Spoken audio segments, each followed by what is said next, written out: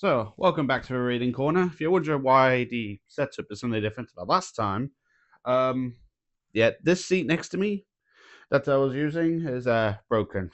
Previously, we covered issue 1 of the Witchblade because I've wanted to cover this series for a while to make more people aware of this story because I love the Witchblade universe. It's fantastic. So, today we'll be covering issue 2.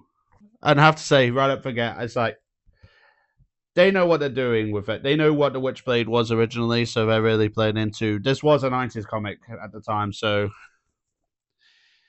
yeah, love this cover for multiple reasons. So, for those who aren't familiar with the concept I'm trying to put together, basically, think of this like me reading you a bedtime story, or in this case, just talking to a robin. It's right there.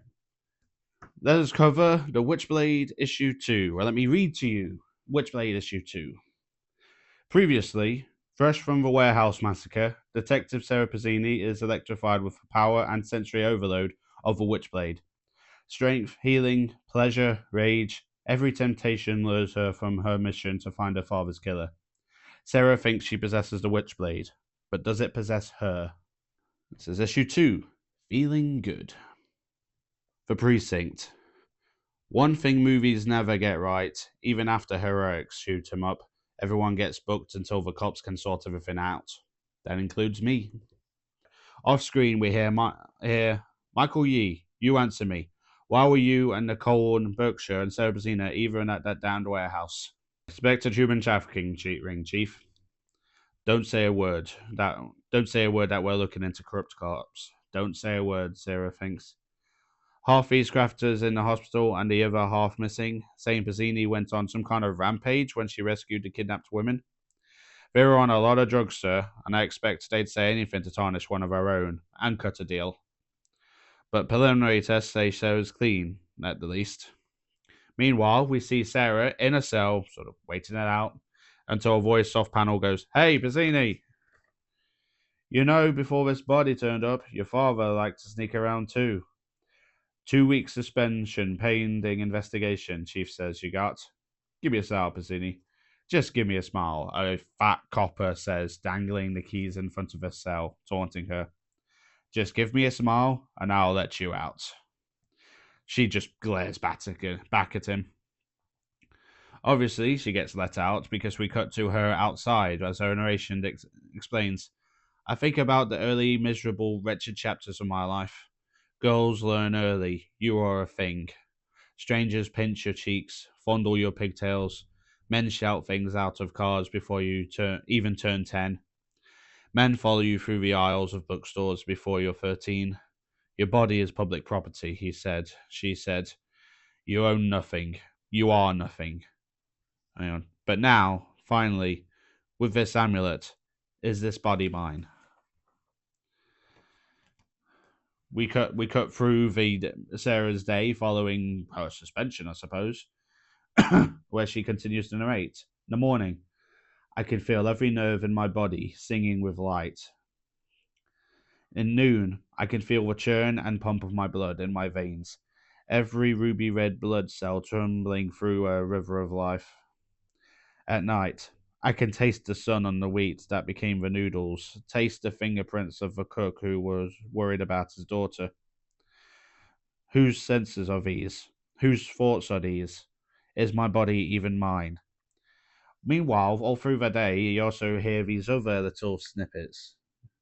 Well, we read these other little captions, reading cream and sugar in my coffee, heavy and sweet, heat flowing into my fingers, crisp air, fresh snow, birdsong in the pines, scent of fire, red cheeks, warm socks, muscles in my abdomen, candid cashews, church bells.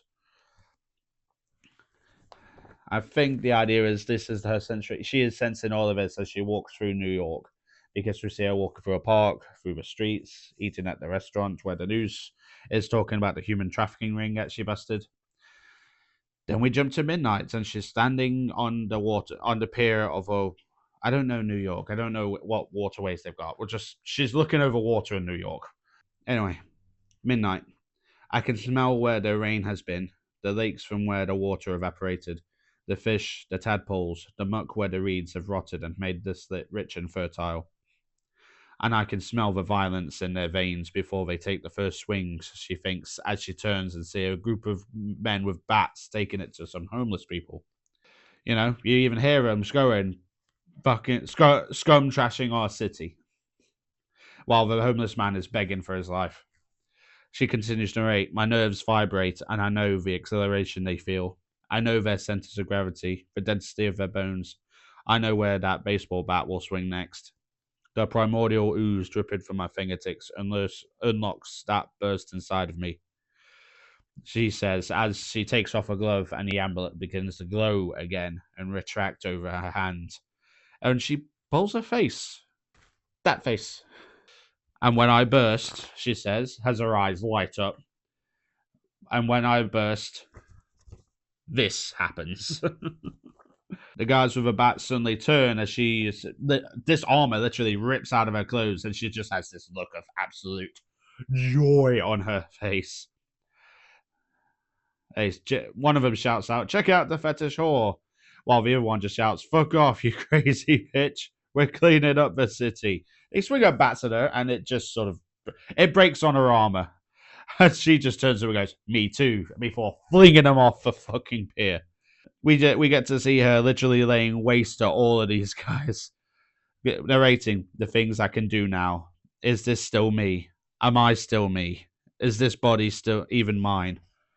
Once she's done be cleaning up the streets, so to speak, she calms herself down under a tree, the armor retracting from her body, and she continues to narrate. Every cell and nerve hums. The absolute gratitude of being alive. I have known pain so deep and black and red and cold and endless. Death was a release. Death was a rest and a lover and a mother and nothing. But now there is this. I never knew there was so much joy in living. It's basically the amulet is amplifying everything she feels to an insane degree. And she goes off to walk into the snow while Ian Nottingham, who we glimpsed at the end of the last issue, is continuing to watch her. Narration continues. This amulet is powerful, and what is powerful is dangerous. I need to regain control over my life. I need to find what's left of Vince's crew. I need to refocus the corruption investigation. Need to focus on one single thought for more than the length of a heartbeat. And Christ knows I could do all that if I weren't so fucking horny. I mean, I suppose that is the idea. Like, if this is amplifying pleasure, then yeah, hormones are running rampant. And also, this is This is sort of akin to a '90s book, so sex sells. Meanwhile, we jump to the Iron Spire, where we meet Kenneth Irons again with his right hand in Nottingham. We hear she is trying to resist, he says, looking out over the city. She's more intelligent than I had anticipated. Look at her, trying to crack the mysteries of the Witchblade. Ancient lore, mysterious deaths, supernatural rumors. She's been following the scent for days, like some mongrel bloodhound bitch. And I can feel you thinking, Ian, why not just seize her? Why not just hack the Witchblade off her wrist and claim it? She is no one. She is alone. You must make choices when you decide to tame a vicious dog. A freezing kennel or a silk pillow. A choke chain or a golden collar. A slashing whip or a gentle hand. And how do you break a wild creature? You make it love the cage that binds it. She covered the camera on her laptop, unplugged her smart devices, thinking she could keep me out. She has never known so much hunger as she has the past few days, never known so much need. And as she falls to temptation, that's when the leash goes around her throat. We see that, and we basically revealed he wasn't looking out over the city. He was monitoring his security cameras of all the feeds of that he had implanted in Sarah's apartment as she works and investigates. I'm assuming both the case and her amulet. And he's watching all the time. So then we jump back to the apartment of Sarah Bazzini, where our narration dictates everything is bigger, better, more in tune than ever before. And when it comes to raw animal desire, I have an orgasm so big it totally ruins the experience for whoever I'm with. And obviously, off screen, off panel, well, I'll say, we don't see it, but we know what's going on because obviously we cut when we come back to panel, we see the dude she was hooking up with just sort of looking a little. She's just there, covered in a blanket. I'm sorry, it just happened. Let's keep going. I want you to be able to, and he just walks out, slamming the door, and show off. So yeah, apparently she is fun for her, not so fun for the people around her. Meanwhile, we also get some captions from her smart phones. Messages from Michael reading, "Seriously, where are you? I told you I'd help work through this, but I can't if you don't answer my text." Somebody called Chub Grub is telling her there's a new coupon available. Nicole texts, "Just come over. I've got Prosecco and that new Bloomhouse movie. The cats miss you." She's missed 10 notifications from Stoker. There's an encrypted message from "Need info on smuggler you were forced to shoot with unloaded gun to prove your loyalty to Vinter. Suspect wasn't found at crime scene." Note that particular message because that will become important. She's missed missed mind calls. Nona has sent a message saying, "Heard you were suspended. Not surprised. Going to Gina's for a Christmas. Talk New Year."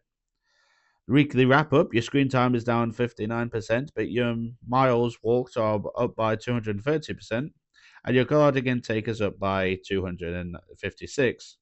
Jessica texts Dance Sushi Pieces, and Stoker texts, "Hey, doing anything tonight?" There's a good. Hang on. Like, there is no context to who the guy she was hooking with. Maybe that was Stoker looking by those messages. Maybe he's a booty call. By the way, if you want symbolism, when he slams the door, according to these panels, she had a cross, a crucifix above the door, and it falls to the floor when he slams the door. Sure, that's nothing. Anyway, jumping back to the whole series of how she's just having a nice night, she jumps onto the couch, goes, "Hey, smartphone, please play something synthy and delirious and 10 minutes long and crank up the bass. Wonder if Princess Emplada still delivers at this hour." She wonders, scrolling through her phone, when she gets a knock on the door. So she answers it, thinking it's a fuck buddy, going, "Hey, buddy, change your mind," except to find a gun pointed at her. I'm pretty sure that's the dude she was told to shoot in the thing. Anyway, point is, he just points to gun and goes, "Nothing personal, doll. Vince's syndicate is going to let me come back into the fold, so long as I take out the bitch that did this to us." Yeah, I'm assuming it's the guy who she pointed a gun at.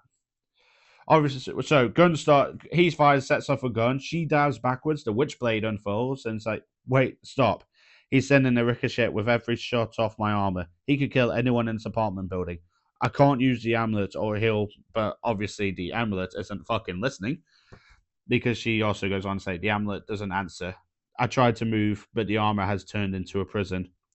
I don't move it; it moves me, and it lashes back. And basically the Witchblade takes control of her to defend itself and her, and then lunges forward to stop this goon. As she narrates, "It raises my hand, the metal flowing molten, and it expands its claw. The amulet acts without my will. It acts against my will, and cuts him in and it cuts the bastard in half."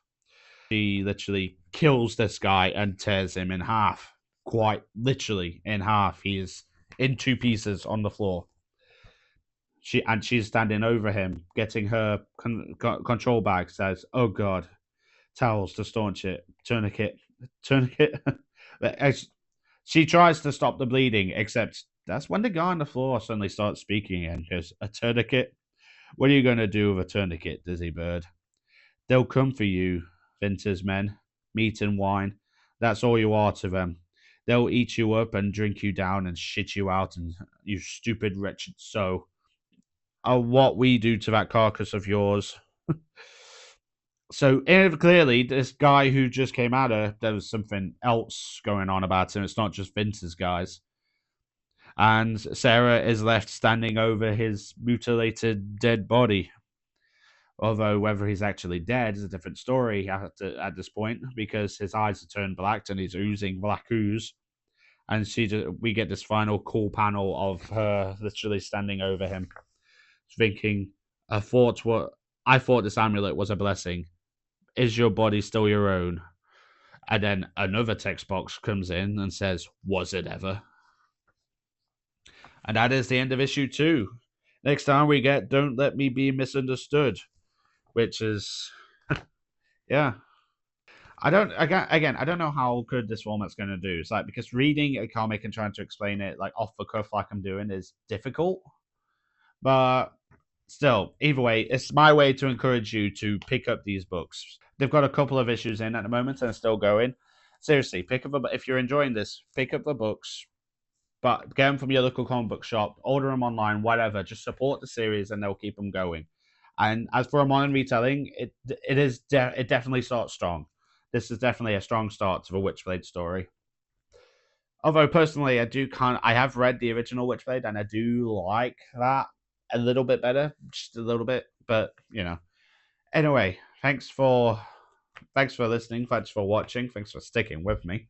Be sure to like and subscribe. I'll bring issue 3 the next chance I get, and then we also do Marvel Rivals content. I'm currently in the lore segments for that, so yeah, thanks for watching.